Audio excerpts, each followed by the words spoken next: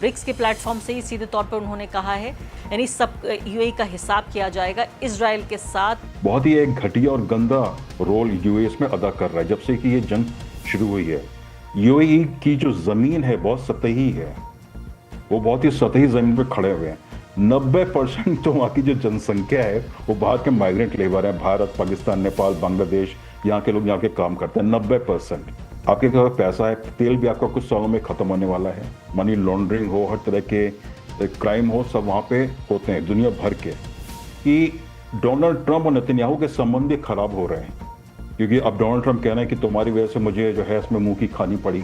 वहाँ जो बॉट्स थे वो पाकिस्तान के किसी बेसमेंट में बैठे हुए बॉट्स थे, यानी सीधे तौर पे पाकिस्तान को निशाना बनाया और कहा कि अमेरिका और इजराइल के बीच जो दरार पैदा करने की कोशिश है वो पाकिस्तानी कर रहे हैं। इजराइल कितनी नफरत करता है मुसलमानों से, उतनी ही नफरत वो भी करते हैं और अपनी नफरत की वजह से ये लोग आपस में दोस्ती रखते हैं। कि ईरान अपने लिए नहीं लड़ रहा था, ईरान हर उस छोटे देश के लिए लड़ रहा था, हर उस देश के लिए लड़ रहा था, छोटा या बड़ा, जिसने कभी भी गुलामी सही है।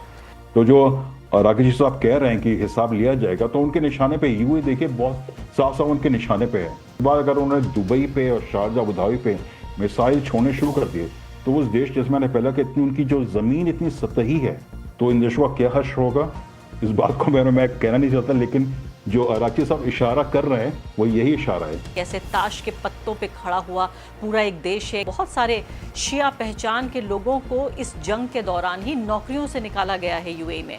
पाकिस्तान में तो बाकायदा इसको लेकर मैं देख रही थी कि पाकिस्तानी लोगों के इंस्टाग्राम पे रोते हुए लोगों के वीडियोस आए हैं। सबका हिसाब लिया जाएगा। अब्बास अरागची ने ब्रिक्स के प्लेटफॉर्म से ये बहुत सख्त संदेश यूएई को भेजा है, यूनाइटेड अरब एमिरेट्स को, जिसके ऊपर आरोप ये लग रहा है कि जंग के बीचों बीच जो इजराइल के प्राइम मिनिस्टर हैं वो यूएई गए हैं, यानी ऑपरेशंस को सीधे तौर पर यूएई से कंडक्ट करने का ये आरोप लगा है। और साथ साथ सीधे तौर पर इजराइल के प्राइम मिनिस्टर के ऑफिस और ट्विटर हैंडल से, ऑफिशियल ट्विटर हैंडल से ट्वीट किया जा रहा है कि खुफिया हमारी जो मुलाकात हुई, इजरायली प्राइम मिनिस्टर यूएई गए और वहाँ उनके शासक से इनकी मुलाकात हुई। उसके बाद बहुत हैरानी की बात यह है कि यूएई ने भी आधिकारिक स्टेटमेंट आपके सामने दिखा रही हूँ, इसको जारी करते हुए ये कह दिया कि हमारी ऐसी कोई बातचीत नहीं हुई है। क्या बात है ये अजीब कि इस वक्त ईरान के, इजराइल के प्रधानमंत्री कह रहे हैं कि मैं वहाँ गया था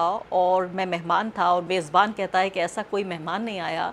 और दूसरी तरफ से अब विदेश मंत्री ईरान के ये कह रहे हैं कि सबका हिसाब लिया जाएगा। ये ट्वीट आप देखिए। पहली बात तो ब्रिक्स के प्लेटफॉर्म से ही सीधे तौर पर उन्होंने कहा है कि सीधे तौर पर कि डायरेक्ट इन्वॉल्वमेंट है ऑपरेशन में ईरान को टारगेट करने में, ये बात कही गई है। दूसरी बड़ी बात यह है कि ईरान के विदेश मंत्री ने यही ट्वीट करते हुए बताया है कि held to account, UAE will be held to account, यानी सब यूएई का हिसाब किया जाएगा इजराइल के साथ ये कल्यूड करने के लिए, इजराइल के साथ ये साथ में मिलकर ये साजिश को अंजाम देने के लिए। तो पूरे तरीके से इस पूरे मुद्दे की पॉलिटिक्स को किस तरह से समझा जाए, और जिस तरह से कह रहे हैं अरागची के जो ईरान के महान लोग हैं उनके साथ इस किस्म का बहुत ही अहमकाना जुआ ना खेला जाए। Enmity with the great people of Iran is a foolish Gamble. सबसे पहले तो मैं ये जानना चाहती हूँ कि ब्रिक्स के प्लेटफॉर्म को चुना है ईरानी विदेश मंत्री ने चेताने के लिए, धमकी देने के लिए और बाकायदा इन शब्दों का इस्तेमाल करने के लिए। उसकी एक वजह यह है आरफा कि ईरान तो ब्रिक्स का मेंबर है ही, यूएई भी ब्रिक्स का मेंबर है, और सऊदी अरेबिया भी है, और भारत के पास इस साल उसकी प्रेसिडेंसी है, अध्यक्षता है। तो भारत को भी वो संदेश देने की कोशिश कर रहे हैं कि भाई ये जो यूएई का जो रोल, जैसे आपने कहा, बहुत ही एक घटिया और गंदा रोल यूएई इसमें अदा कर रहा है जब से कि ये जंग शुरू हुई है।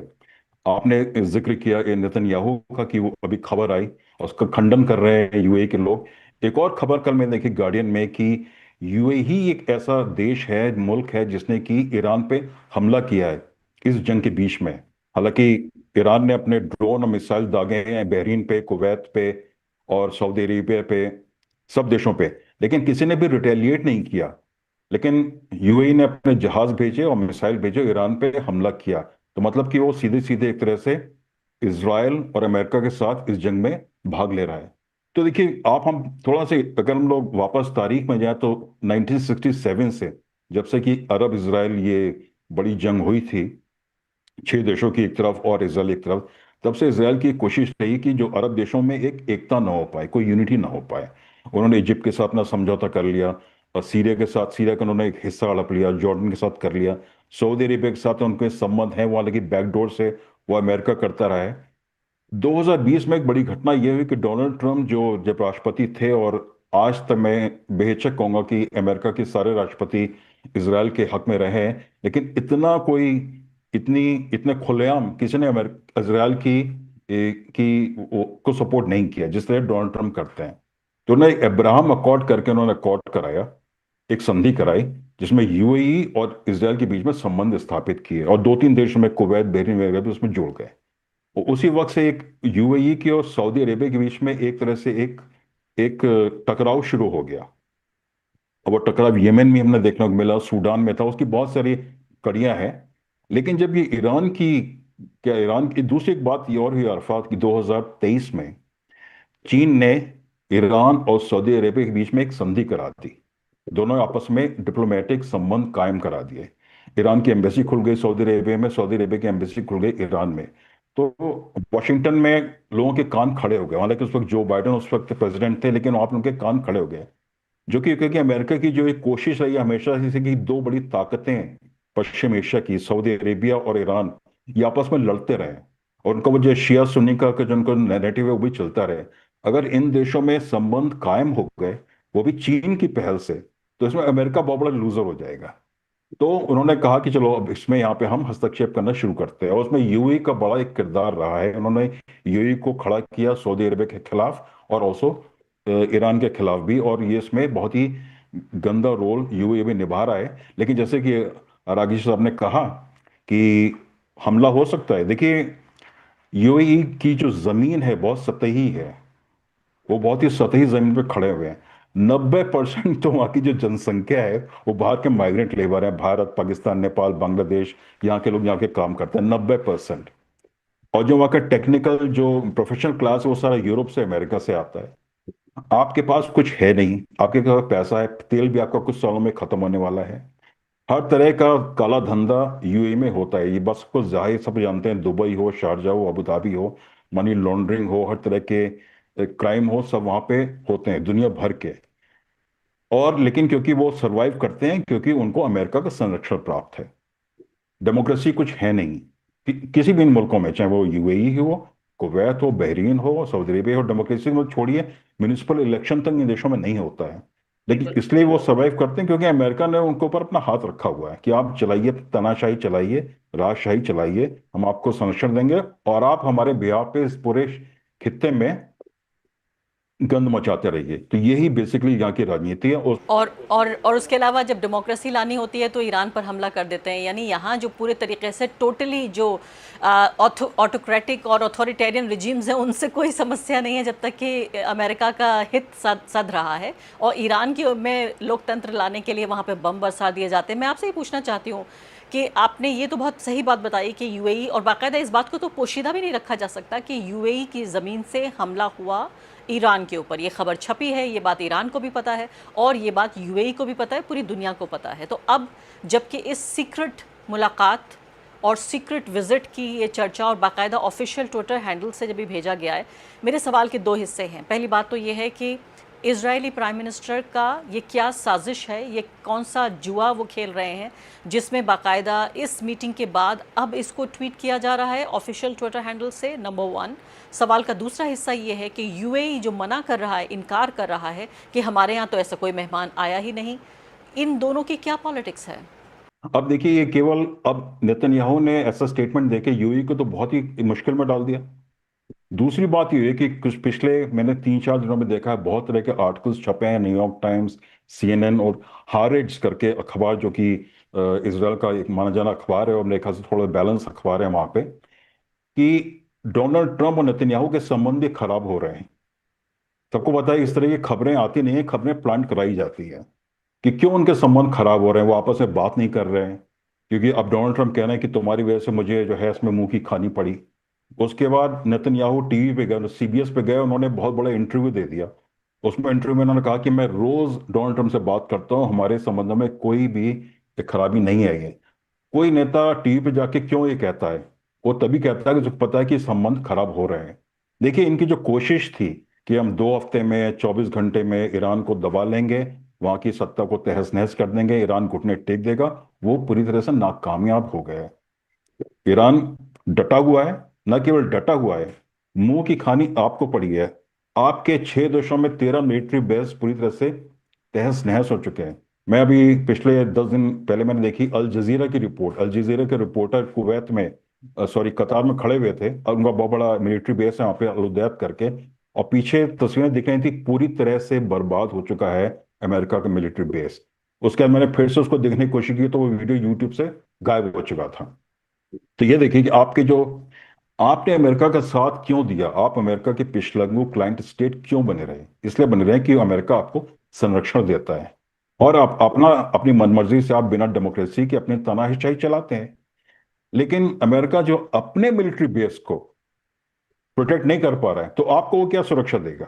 तो ये जो बिल्कुल। पूरा इनका गठबंधन था, जो डोनाल्ड ट्रंप ने बड़ी चालाकी से यूएई को, इसराइल को, सबको मिला के बनाया था, तो ये अब गठबंधन बिखर रहा है। और इसी तरह का बयान जो आ रहे हैं, नेतन्याहू का बयान हो, और जिस तरह की खबरें जो आ रही हैं, वो इसी का नतीजा है कि अब ये बिखर रहे हैं ये आपस में। बिखर रहा है। और इसके अलावा मैं शोभन आपको याद दिलाना चाहती हूँ कि एक बहुत अभी एक इंटरव्यू दिया गया जिसकी बेहद चर्चा हुई, और ऐसा तो होता नहीं है कि बहुत हर रोज़ इंटरव्यू होते हो। नेतन्याहू का इंटरव्यू, ये एक लंबा इंटरव्यू था जिसमें उन्होंने भारत के बारे में ये कहा कि देखिए, कौन कहता है कि हम अलोकप्रिय हो गए, यहाँ तो 150 करोड़ लोगों का देश है, हम तो बहुत ज़्यादा लोकप्रिय हैं। हम भारत में हमारी तूती बोलती है, भारत में हमारे चाहने वालों की हमारी लाइन लगी हुई है। और इस तरह से उन्होंने कहा कि देखिए, इतने बड़े देश में अगर हमारी शोहरत है तो हम तो लोग अलोकप्रिय बिल्कुल नहीं है। फिर दूसरी बात वो कहने लगे कि जंग के दौरान हमारे और अमेरिका के बीच, यानी इजराइल और अमेरिका और नेतन्याहू और डोनाल्ड ट्रंप के बीच एक तरह से दिल में दरार पैदा करने की कोशिश की गई।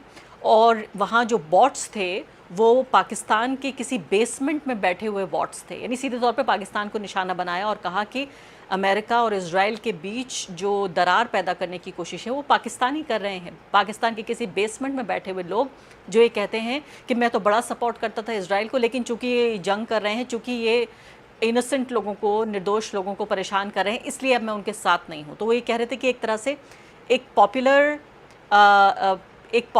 एक तरह से बात कहने की कोशिश की गई कि आम लोग भी इजराइल के खिलाफ हो गए हैं। तो ये भी मैं बताना चाहती हूँ आपको कि खुद इजराइल के प्रधानमंत्री भी इस बात से पूरे तरीके से अवेयर हैं। उन्हें अच्छी तरह मालूम है कि इस जंग ने पूरी दुनिया में कितना अलोकप्रिय कर दिया है इजराइल को। देखिए, इसराइल का सबसे बड़ा सपोर्टर हमेशा से कौन रहा है? अमेरिका रहा है, हमेशा से रहा है, चाहे कोई भी राष्ट्रपति हो।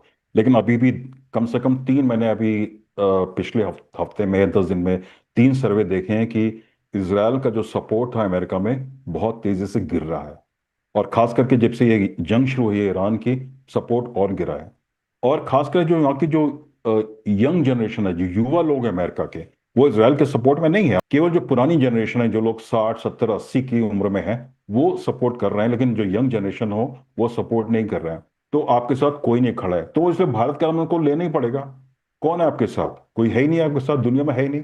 तो आप तो कहेंगे कि भारत दुनिया का सबसे बड़ा मुल्क है, सबसे बड़ी जमहूरियत है, अगर भारत आपके साथ है। आप देखिए, फ़िलिस्तीन के निर्दोष लोगों की जब उनका नरसंहार किया जा रहा था, तो यहाँ जो नफरती चिंटू हैं, खासकर भाजपा आरएसएस से जुड़े हुए, जो सिर्फ इजराइल कितनी नफरत करता है मुसलमानों से, उतनी ही नफरत वो भी करते हैं, और अपनी नफरत की वजह से ये लोग आपस में दोस्ती रखते हैं। और इसलिए वो हमेशा ये कहते थे कि इस गज़ा के जो भूखे नंगे लोग हैं, इनको और बम से उड़ा दीजिए, इनको ख़त्म कर दीजिए, इनकी नस्ल कशी कर दीजिए।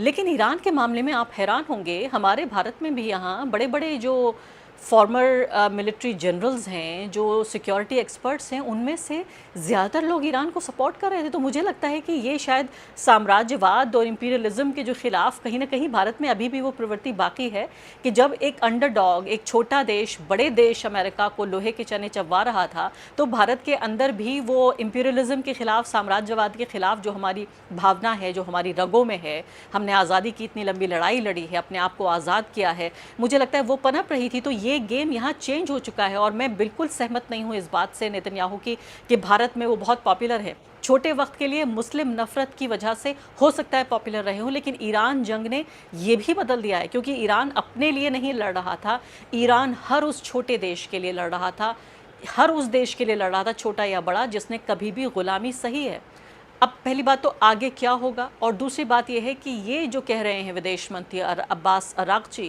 कि हम उनको उनका हिसाब लेंगे यूएई का, इसका क्या मायने हैं? क्या उनके ऊपर कोई हथियारों से हमला होगा, युद्ध होगा? इसका आगे इस बयान के बाद क्या होगा? देखिए, अभी कहना मुश्किल है कि जंग कब तक चलेगी। अभी तो युद्ध विराम है, ये लेकिन बड़ा टेम्परेरी का है। लेकिन सोचने की बात यह है कि जब इसराइल और अमेरिका हमला कर रहे थे, उन्होंने 6-7 हफ्ते हमला किया, उन्होंने क्यों रोका उसको? ईरान की तरफ से तो पहल नहीं हुई थी, और ईरान तो नहीं रोकना चाहता था। तो अगर आपका आपका दांव भारी है तो आप कभी रोकते नहीं हैं। तो इसका मतलब साफ साफ है कि ईरान का दांव भारी हो गया था अमेरिका के ऊपर और इसराइल के ऊपर। वो बैकफुट पे थे, उनको मानना पड़ा। हालांकि पाकिस्तान ने उसमें पहल की और बातचीत हुई, उनको मानना पड़ा। और देखिए, अभी जो बातचीत चल रही है उसमें ईरान बहुत कड़ी शर्तें रख रहा है। ईरान ने कहा हमारी ये रेड लाइन से आप इसको क्रॉस नहीं कर सकते। इसके मतलब कि अभी अमेरिका और इसराइल युद्ध करने की, जंग करने की स्थिति में नहीं है। जैसे मैंने पहले भी कहा, कितना उनका नुकसान हुआ है, उनके रडार वगैरह सब उड़ा दिए गए हैं। उनको साउथ कोरिया से रडार मंगा के वहां पे लगाना पड़ा पश्चिम एशिया में। तो अभी ये चीन की विजिट के बाद मेरे ख्याल से डोनाल्ड ट्रंप कोई किसी निष्कर्ष पे पहुंचेंगे, कोई करेंगे। लेकिन मेरे ख्याल से जंग जिस तरह से पहले हो रही थी, उस तरह की जंग बहुत ही मुश्किल है। हालांकि वो थोड़ा हमला हमला कर सकते हैं दिखाने के लिए, क्योंकि अमेरिका की सियासत में और डोनाल्ड खास करके ऑप्टिक्स बहुत जरूरी है। वो हमेशा दिखाना चाहते हैं कि वो जीत रहे हैं, तो उनको कुछ ना कुछ के लिए करना पड़ेगा। लेकिन ईरान पूरी तरह से तैयार है। और जो उनके बड़े बड़े दावे किए गए थे कि उन्होंने पूरा उनका मिसाइल्स का सिस्टम को तहस नहस कर दिया, वो सब बातें झूठी हैं। ईरान पूरी तरह तैयार है।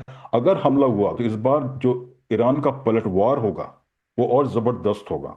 तो जो राकेश जी साहब कह रहे हैं कि हिसाब लिया जाएगा, तो उनके निशाने पे यूं ही देखिए, बहुत साफ साफ उनके निशाने पे है। अभी तक जो ईरान ने बहुत संयम से काम लिया। एक्चुअली जो भी हमले ईरान ने किए हैं वो उनके मिलिट्री ठिकानों पे किए हैं, वो भी अमेरिका के। यूएई के मिलिट्री ठिकानों में हमला नहीं किया उन्होंने। लेकिन इस बार अगर उन्होंने दुबई पे और शारजा अबू धाबी पे मिसाइल छोड़ने शुरू कर दिए, तो उस देश, जैसे मैंने पहले कहा, इतनी उनकी जो जमीन इतनी सतही है कि वो तो पूरी कोलैप्स कर जाएगी। देखिए, एक खानदान है जो पूरे देश को चलाता है। अगर, और ये बात मैं नहीं कह रहा हूं, ये इस तरह के बयान ईरान से आ रहे हैं कि हो सकता है कि इन खानदानों पे हमला हो सके। अगर हुआ तो इन देशों का क्या हश्र होगा, इस बात को मैं कहना नहीं चाहता। लेकिन जो अराकी साहब इशारा कर रहे हैं वो यही इशारा है कि आपका पूरा जो वजूद है वो दांव पे लगा हुआ है। बहुत बड़ी बात कह रहे हैं आप इस वक्त, और ये मुझे नामुमकिन नहीं लगता इस पूरे बदलते दौर में। खासकर यूएई के पूरे बारे में आपने कहा कैसे ताश के पत्तों पे खड़ा हुआ पूरा एक देश है, एक परिवार जो है वो पूरे देश को चलाता है, और परिवार गया तो देश गया। जाहिर है हम नहीं चाहते कि इस तरह की कोई चीज़ हो, हम चाहते हैं कि स्टेबिलिटी, स्थिरता बनी रहे। लेकिन जिस तरह से अपने नापाक साजिश के तहत यहाँ पर जिस तरह से किया जा रहा है, ईरान के ऊपर हमला हुआ, और अब जब अगर ये बात सही है, दुरुस्त है कि नेतन्याहू इस दौरान एक सीक्रेट मीटिंग के लिए वहाँ गए और उसके बाद हमला हुआ। और शोभन, पता नहीं आपको मालूम है या नहीं, बहुत सारे ऐसे, मेरे पास कोई सबूत नहीं है इस बात का, लेकिन जिसे अंग्रेजी में कहते हैं एनेक्डोटल एविडेंस, यानी लोग जो बता रहे हैं अपने मुंह से कही हुई बात, वो ये कि बहुत सारे शिया पहचान के लोगों को इस जंग के दौरान ही नौकरियों से निकाला गया है यूएई में। पाकिस्तान में तो बाकायदा इसको लेकर मैं देख रही थी कि पाकिस्तानी लोगों के इंस्टाग्राम पे रोते हुए लोगों के वीडियोस आए हैं, उन्होंने पब्लिश किए हैं कि किसी मजलिस में चले गए, क्योंकि ईरान शिया देश है और ज़ाहिर है मजलिसों का पूरा शिया जो समुदाय है उनमें एक कल्चर होता है, उनकी एक प्रैक्टिस है ये, कि अगर मजलिस में भी चले गए तो 10, 20, 50 लोगों को एक साथ निकाल दिया। और इस तरह से रोते हुए पाकिस्तानी कह रहे हैं कि हमें अपने सिर्फ धर्म का और कल्चर का पालन करने के लिए इतनी सज़ा भुगतनी पड़ रही है। तो ये सब भी पॉलिसीज़ हैं